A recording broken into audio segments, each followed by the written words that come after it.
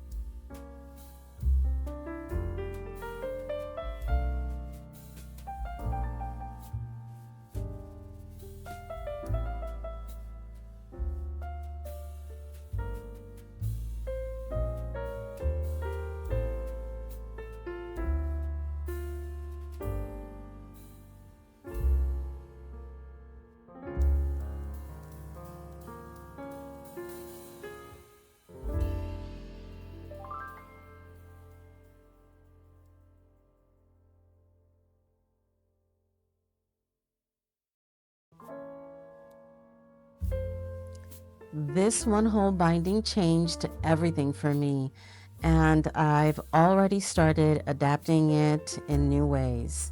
I'll show more in future videos, including the full envelope mechanism in part 2.